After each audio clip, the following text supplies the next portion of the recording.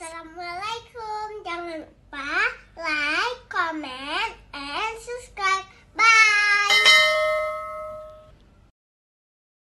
Itu salah siapa itu? Kata beliau. Apakah salah saya atau salah anak saya? Saya ngomong begini, Pak.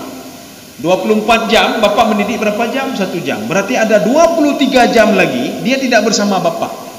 Bapak tahu nggak? Anak Bapak dididik di komunitas orang-orang yang tidak salat. Bapak kan tidak tahu.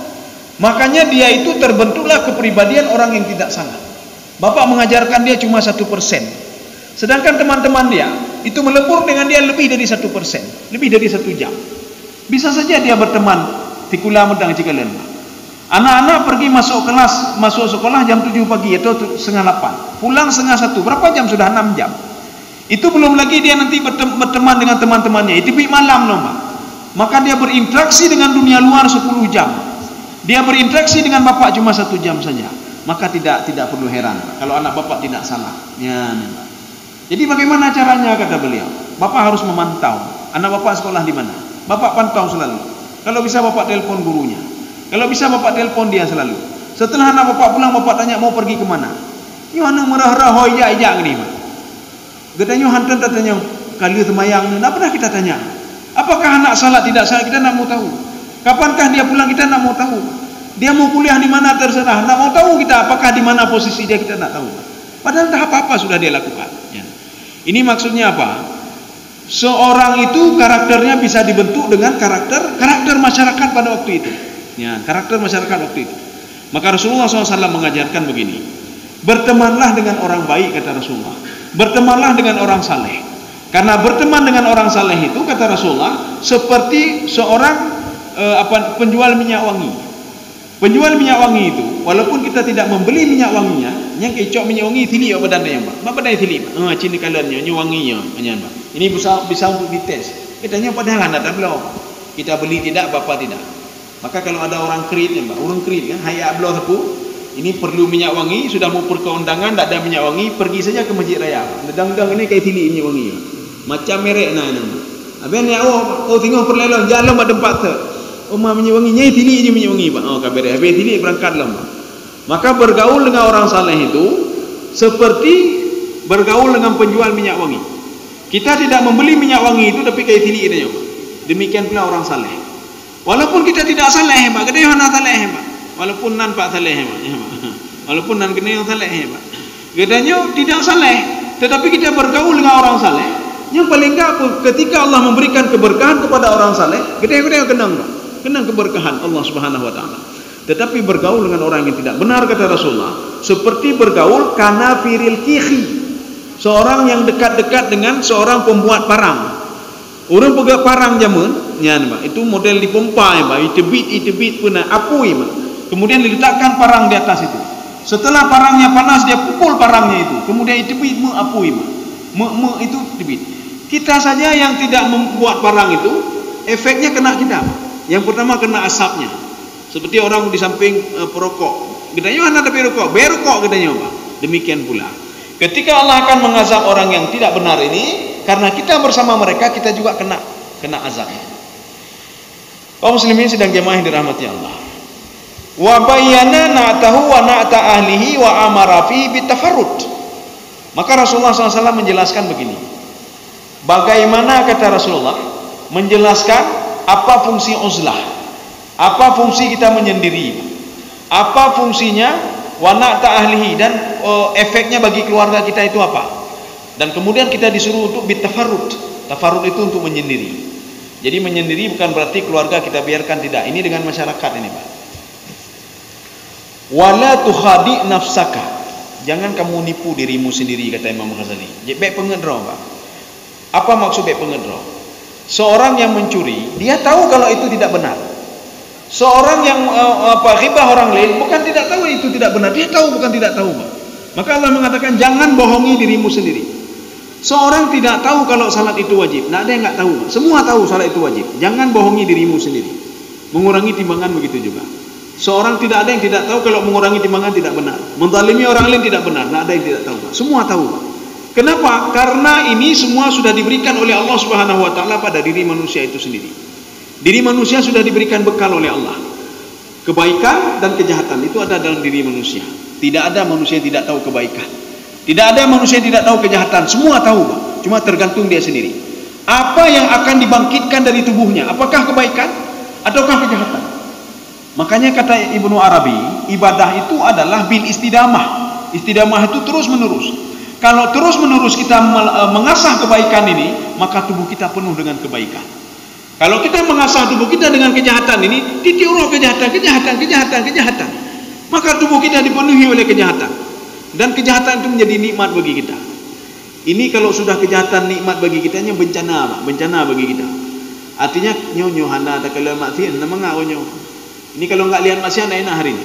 Ini kalau enggak mendalimi orang lain enggak enak hari ini. Ini kalau enggak mencuri punya orang lain enggak enak hari ini. Ini kalau enggak berbuat maksiat enggak enak hari ini. Itu hati-hati, Pak. Dia sudah ridha kalau demikian, Pak. Kalau sudah ridha, itu kehancuran bagi diri dia sendiri, Pak. Tapi kita sekarang kita balik lagi, Pak. Kita ridhanya dalam beribadah. Kita ridha untuk bersedekah, kita ridha untuk salat sunnah, kita ridha untuk bangun tahajud, kita ridha untuk baca Quran. Artinya nikmat. Baca Quran itu nikmat bagi kita. Walaupun dilihat oleh orang lain, nak baca Quran tepi-tepi baca Quran, nak geduk berzikir, kita nikmat sudah zikir itu nikmat. Ya, nikmat zikir itu. Kaum muslimin sedang jemaah yang dirahmati Allah. Wa illa fa anta halikun. Kalau kamu tidak mau, kalau kamu membohongi dirimu, kamu akan rugi. Kamu akan rugi. Wala udhra laka, dan tidak ada alasan apapun nanti di sisi Allah Subhanahu wa taala. Kita mengatakan ya Allah lun hana lun tepu ya Allah hana alasan ni, enggak ada alasan lagi. Kan sudah ada Al-Qur'an dan Sunnah. Sudah saya berikan modal dalam tubuhmu. Kenapa kamu tidak mau? Ya Allah saya tidak tahu apa-apa, saya digoda oleh setan, saya digoda oleh sekelanya hana lima. Enggak ada lagi, enggak ada alasan lagi. Ya. Kita sekarang ada hadis Rasulullah SAW. Jadi hadis Rasulullah ini hadis dari Abi Daud, hadis 3780. Ini hadis masalah uzlah. Nanti ada yang bertanya-tanya uzlah, nak gayu uzlah katanya oleh Rasul, hanya gayu oleh Rasulullah. Karena kita sedikit-sedikit harus kembali kepada Al-Quran dan Sunnah. Tidak boleh kita ini ulamanya ke pekah bina ulamanya, jangan begitu. Si fulan ni pekah bina, si fulan bina, tidak. Kita harus punya landasan. Apapun yang kita lakukan punya landasan. Kenapa wuduk satu kali? Satu kali wuduk. Karena Rasulullah mengatakan wuduk itu satu kali. Kenapa wuduk dua kali? Rasulullah juga mengatakan dua kali. Kenapa tiga kali? Rasulullah mengatakan juga tiga kali. Ya, hendaklah basuh tangan kananmu tiga kali, atau satu kali, atau dua kali. Dan basuhlah tangan kirimu sekali, dua kali, atau tiga kali. Jadi bukan begini ada yang apa namanya, yang viral kemarin tu, Pak. Wuduk bagaimana wuduk? 6-3-3, 6-3-3, 6-3-3, lepas ni kan, Pak. Artinya kan tidak sesuai dengan apa yang dianjurkan Rasulullah SAW. Jadi kalau ini kita merujuk ke dalam, ada hadisnya enggak? Ya, ada yang mana hadis? Na ayat, na uji. Berarti kita guyu. Ya, ini begitu juga.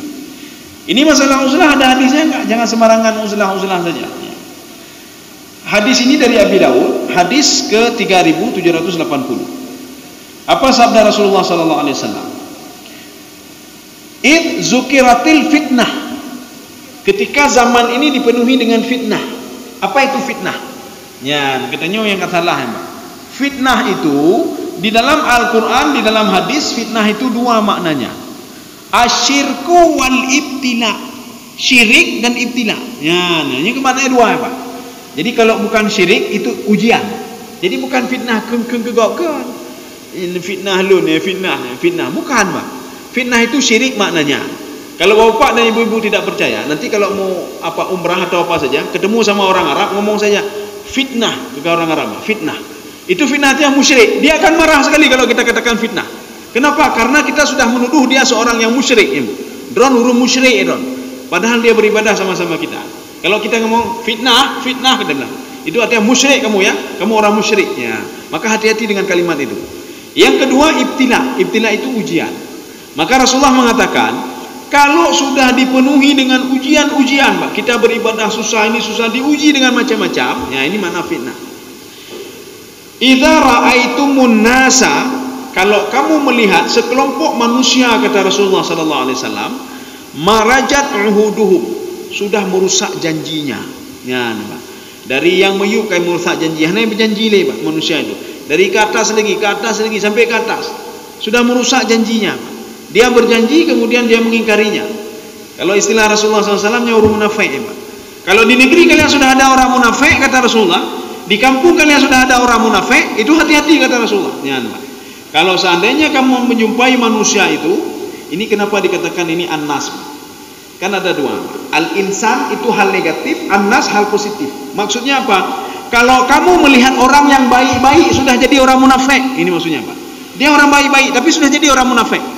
Dia orang taat tapi sudah jadi orang munafik. Ini maksud hadis Rasulullah. Wa idza ra'aitumun nas, kamu melihat orang baik-baik, marajat uhuduhum, dia sudah memutuskan janjinya. Kecuali orang yang tidak baik, memang kalagayan ro kayaknya mbak. Ya, nauru dero tapo alah memang lagayan ro cuma hanya pakai itu mah yang tan teputan ya mbak. Ini orang salat, orang beribadah, dia sudah mulai mengingkari janjinya. Satu. Wa khafat amanatuhum, dan tidak amanah lagi mbak. Hana amanah lagi. Padahal dia dulu orang salat, orang beribadah, orang berpuasa, tapi tidak amanah lagi pak. Maka Rasulullah SAW dalam sebuah hadisnya 3 yang dikatakan oleh Rasulullah. Maka kalau ada tiga ini ciri-ciri orang munafik. Satu saja ada sama mereka, maka dia sudah jadi orang munafik. Ya, jadi beda pegalun hana le syaratnya hana thib le lo. Walaupun hana thib le, dia sudah menjadi munafik yang tulen pak. Al munafik al khalis, munafik tulen. Walaupun cuma satu saja. Apa itu? Iza hadasa kadzaba. Yang dia ngomongan itu tidak sesuai dengan apa yang dia lakukan. Ini pegahnya lepo pegah. Mari kita tahajud, mari kita yang ketang baca Quran, tang tahajud. Mari kita salat tepat waktu, kan salat tepat waktunya, Mbak. Ini satu. Iza hadasa kadzaba. Wa idza wa'ada akhlafa. Kalau dia menjanjikan sesuatu, dia mengingkarinya. Ya, dia menjanjikan itu lagi-lagi apa? Depan-depan apa? Yang munafik. Kemudian yang ketiga, wa idza tumina khana. Kalau dia dipercayakan sesuatu, dia berkhianat. Tajuk dia apa? Nyo kepercayaan kamu bakal. Kai mengkhianat ni, Pak. Salah satu saja ada sama mereka, maka mereka termasuk orang-orang munafik. Ini bagaimana kata Rasulullah? Ini orang salat dia orang salat, orang beribadah, tapi dia mengingkari janjinya. Kalau kamu ketemukan orang seperti itu kata Rasulullah, wa kanu hakada. Mereka itu sudah seperti ini apanya? Rasulullah menggambarkan kedua tangannya begini, Pak. Ya. Jadi ini tangan kanan dimasukkan ke dalam tangan kiri. Kalian akan melihat mereka seperti ini kata Rasulullah. Itulah orang munafik. Itamong keno, ilok gede yang banyak. Baina asabihi wa syabbaka baina asabihi. Nanti manusia akan seperti ini kata Rasulullah. Dia membutuhkan ini watenya kai pelinggai, oh hanji cuma manfaat le, pelinggai tipulan jabat tipulan. Ya, sudah seperti itu. Qultu, ini sahabat mengatakan begini. Ma asna'u 'inda dzalika. Apa yang akan saya lakukan ya Rasulullah ketika sudah posisi seperti itu? Ya, saya akan melakukan apa ya Rasulullah? Apa yang akan saya perbuat ya Rasulullah? Ini Rasulullah mengatakan apa? Nanti suatu saat suatu zaman nanti. Ya, ini cerita tentang zaman nanti. Nanti ada orang seperti itu. Maka pada masa Rasulullah kan belum ada, walaupun ada 1-2 masih. 1-2 muncul munafik. Tapi bisa ditangani oleh Rasulullah sallallahu alaihi wasallam.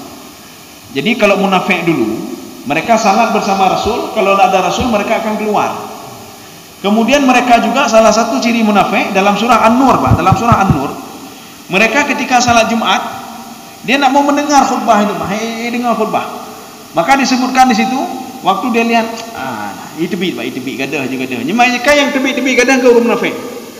Maka bagaimana cara keluarnya? Di situ disebutkan harus tunjuk tangan dulu. Yang dilakukan pada masa Rasulullah.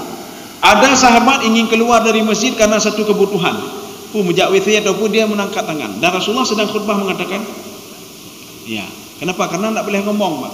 Orang yang yang duduk itu tidak boleh ngomong, maka angkat tangan saja. Maka ketika itu Rasulullah mengizinkan. Salah satu juga ketika perang. Seorang sahabat Umar bin Khattab minta izin ke Rasulullah. Ya Rasulullah, saya mau izin. Nah, diizinkan oleh Rasulullah sallallahu alaihi wasallam. Tetapi orang munafik ketika perang Khandaq, mereka tidak minta izin ke Rasulullah. Sehingga 300 orang itu lari dari perang karena mereka takut mati. Ya. Maka digambarkan dalam surah An-Nur, munafik. Kecuali apa? Kamu minta persetujuan Rasulullah untuk bisa keluar. Ketika rapat begitu juga. Ya, baik. Tebik dia juga. Ya, itu termasuk juga. Ini pada masa Rasulullah sallallahu alaihi wasallam. Ketika sedang rapat, itu sahabat kalau mau keluar tunjuk tangan. Maka Rasulullah SAW kalau tidak mengizinkan, maka tidak diberikan izin untuk keluar. Maka sahabat tadi diturunkan lagi tangannya. Ya. Kaum muslimin sedang jamaah yang dirahmati Allah. Qultu ma asna'u 'inda dzalika ja'alani Allahu fida'aka. Kalau bisa ya Rasulullah, saya mau di depan engkau ya Rasulullah. Ya, kalau ada apa-apa saya mau di depanmu ya Rasulullah. Saya mau menjadi tumbal ya Rasulullah. Ya, istilah sahabat begitu. Kalau terjadi masa-masa itu, biar saya saja di depan ya Rasulullah. Ya, ini kata sahabat ini. Apa kata Rasulullah? Apa yang harus kamu lakukan? Rasulullah mengatakan ilzam baitaka. Tetaplah berada di rumah terus. Perbanyaklah kamu berada di rumah. Jak ke deh, di rumah saja kamu. Paling enggak pergi tempat ibadah. Ya, ini kalau sudah terjadi seperti ini. Ho taja urang itu mengatanya. Ho taja urang pegang mati. Kemana saja kita pergi, dia amanah, dia tidak tepati amanah, dia mengingkari janji, dia berbuat maksiat dan lain sebagainya. Maka Rasulullah mengatakan ilzam baitak, tinggallah di rumahmu. Ya, kata Rasulullah SAW. Sambil beribadah, nyampe tinggal di rumah temayang tanah putah nih, Pak. Jadi sudah tinggal di rumah, kita juga salat beribadah sama seperti biasa. Artinya interaksi sosial kita dengan masyarakat kita kurangi sedikit. Kenapa? Karena bisa mempengaruhi jiwa kita.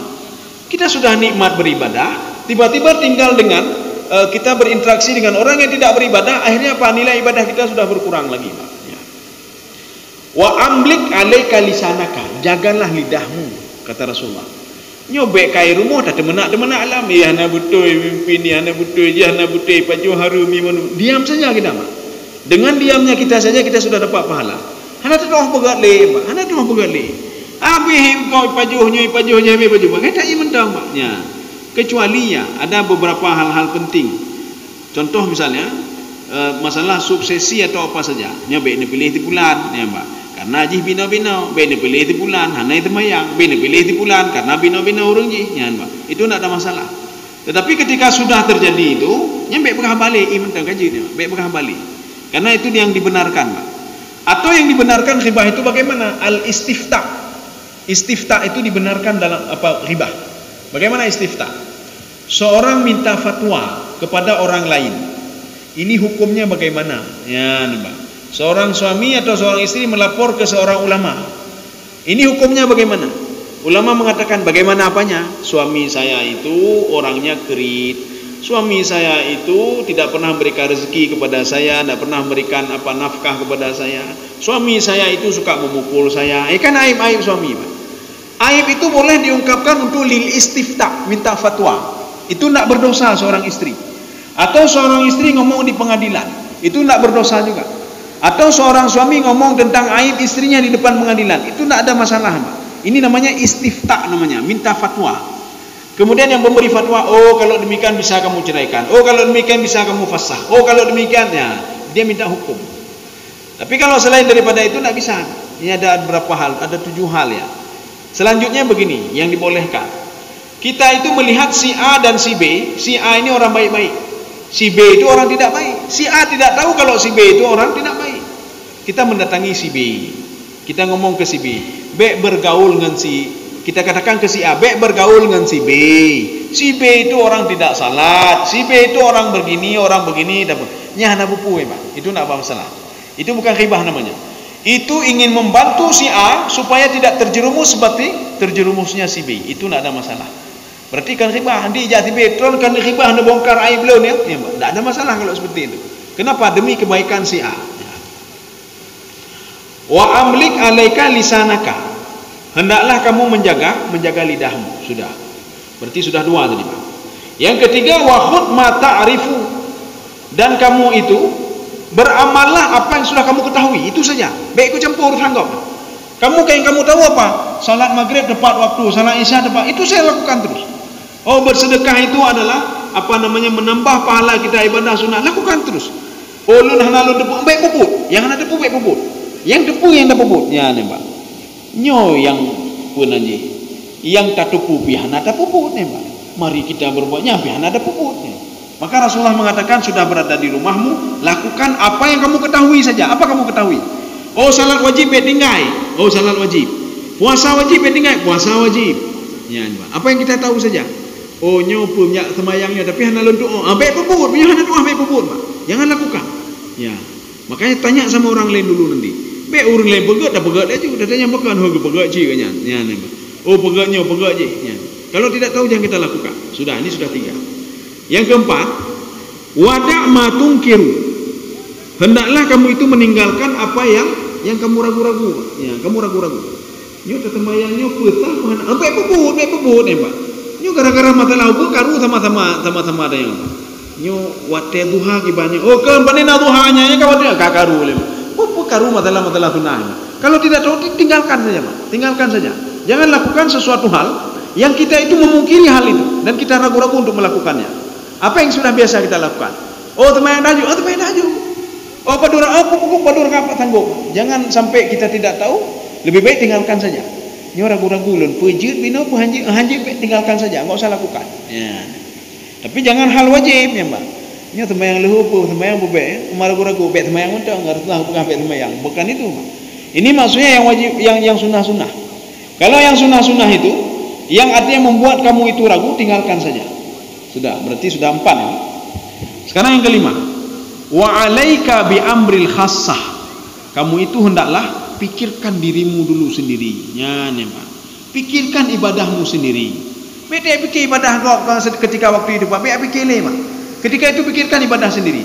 Maksud pikirkan ibadah sendiri, ibadah kita, ibadah istri kita, ibadah anak kita. Qu anfusakum wa ahlikum nara. Itu dulu kita pikirkan. Kalau zaman sudah seperti yang digambarkan oleh Rasulullah sallallahu alaihi wasallam. Maka dalam hadis lain Rasulullah mengatakan, nanti pada suatu zaman nanti penceramah makin banyak, Pak. Tapi ulamanya sedikit, Pak. Penceramahnya banyak sekali. Jino kakak cukup leo penceramah. Penceramah, tapi ulamanya sedikit kata Rasulullah. Hai duho tajo masyarakat, Pak. Ya tajang baknyo kenyangkan ulama yang penceramah. Maka harus bedakan mana ulama, mana penceramah. Maka nanti akan datang suatu zaman penceramahnya banyak sekali, tapi ulamanya sedikit. Ya, Pak. Ulama ini pun kita bagi-bagi lagi. Ada ulama dunia, ada ulama akhirat. Nah ulama dunia, yang pikir dunia tok pikir, Pak. Yang dipikir bagaimana cara fasilitas akhirat itu bisa untuk dapat dunia. Ini agak kurang ya. Tapi ada juga ulama fasilitas dunia ini bagaimana untuk cara mendapatkan akhirat. Ada kalau kita bahasakan begini, dunia itu ibarat kail, akhirat itu ikan. Maka ulama yang baik itu bagaimana memanfaatkan kail supaya dapat ikan. Ulama dunia bagi banyak ulama akhirat. Ulama dunia pakai bancara mentemai engkau mentemai pakai bancara home, pokoknya engkau mentemai, ya Pak. Mentemai engkau. Bagaimana dengan cara apapun. Maka dia itu apa istilahnya menjual harga diri dan lain sebagainya engkau mentemai, pakai bancara. Ya, Pak. Tapi kalau ini bagaimana cara untuk mendapatkan ikan? Maka dia terus beribadah. Oh kalau tadi terbalik, bagaimana ikan itu? Dia ini kan supaya dia dapat ikan ini, Pak. Ya, padahal engkau kamu temui. Bagaimana cara untuk bisa dapat ini? Dia sudah dapat ini semua, ibadah sudah ada. Bagaimana ibadahnya itu supaya bisa menikmati dunia? Maka dia jual harga dirinya. Dia jual ibadahnya dan lain sebagainya untuk mendapatkan ishtaraw bihi samanan qalila. Ini akhir zaman nanti, Pak. Maka ini yang harus kita lakukan. Wa 'alaika bi amril khassah. Jadi hendaklah engkau itu urus dirimu sendiri. Be urus kau boleh. Ya, kata mereka beda urus kau. Ya. Artinya urus dirimu dulu, urus keluarga. Setelah ini, ya baru dak jilum. Ini uzlah. Ketika menganjurkan kita untuk uzlah. Nanti ada ayat lain, ada hadis lain yang menyuruh kita untuk tajammu. Tajammu itu apa? Berkumpul dengan masyarakat. Sehingga keluarlah hadis, idza ra'a minkum munkaran falyughayyirhu biyadihi. Kalau kamu melihat kemungkaran, maka robahlah dengan tanganmu atau kekuasaanmu atau jabatanmu. Kalau tidak mungkin, jabatan tidak ada, kekuasaan tidak ada, apa-apa pun tidak ada. Falyughayyirhu bilisan. Maka dengan lidahnya, hai baik pebutnya, nyamak sihir, hai dengar je. Hendaklah robah dengan qalbi, dengan hatimu. Wa dzalika adhaful iman. Itu iman paling lemah, ya, Pak. Iman paling lemah. Sebagian mengatakan bukan paling lemah, itu termasuk iman juga, Pak. Iman juga. Tapi kalau di dalam kategori yang pertama tadi, itu termasuk lemah. Bukan paling lemah, tidak. Bukan paling lemah iman. Karena setiap yang kita lakukan dengan hati kita, itu dapat pahala, bukan tidak. Kita membenci maksiat, dapat pahala kita. Kita melihat, oh apa yang pegabunnya. Hati kita benci, kita dapat pahala. Kita lihat kebaikan juga dapat pahala, Pak. Ya. Ini wa 'alaika bi amril khassah. Jagalah dirimu. Tetapi ada waktu-waktunya kita untuk menjaga masyarakat.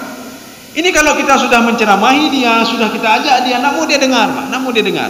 Waktu itulah kita beruzlah. Ya, kalau kita pekat, haitim dengar cik. Waktu itulah beruzlah. Wada angka amral ammah. Jangan ikut campur urusan orang lain. Ini ketika sudah terjadi zaman seperti ini, kata Rasulullah.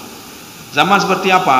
ini mereka tidak menepati janji lagi, tidak amanah lagi. Mereka itu sudah seperti ini, sibuk satu sama lain, ribut sama lainnya. Ada orang munafik, ada ini, ada. Jangan ikut campur lagi urusan orang lain. Jangan ikut campur ibadah orang lain. Lebih baik pikirkan diri kita sendiri dulu dan anak kita dan istri kita. Ya nama. Baik lalai dan pejehga, anak merah-rah. Anak tidak beribadah, istri tidak beribadah. Kita menyuruh orang lain beribadah. Mari kita baca Quran. Mari. Anak tak baca Quran. Mari kita berbuat ini, berbuat. Anak tidak berbuat, istri tidak berbuat. Maka lebih baik kita introspeksi diri. Kemudian setelah itu kita ajarkan anak, kita ajarkan istrinya. Jadi makanya di dalam konsep Imam At-Tabari, bagaimana cara mendidik anak dan istri? Bit ta'dib wa ta'lim. Mengajarkan akhlak kepada dia, moral, wa ta'lim, dan mengajarkan agama. Nyo bino, nyo bino, semayang bino. Itu saya kita indikan dulu. Baiklah le dapurno gok cara mana cara Pak. Gok cara mana cara Pak. Orang lain kita ajarkan Al-Qur'an bismillah dah jauh kok. Ani rotan ibu di rumah Pak, duduk pak kafe aja Pak. Kita mengajarkan anak lain baca Quran. Kita privat lagi datang ke rumah orang lain, kita ajarkan agama kepada istri orang lain Pak. Suami istri keluarga ada purno menunjuk cara berwudu. Inang rotan hidupku cara berwudu Pak.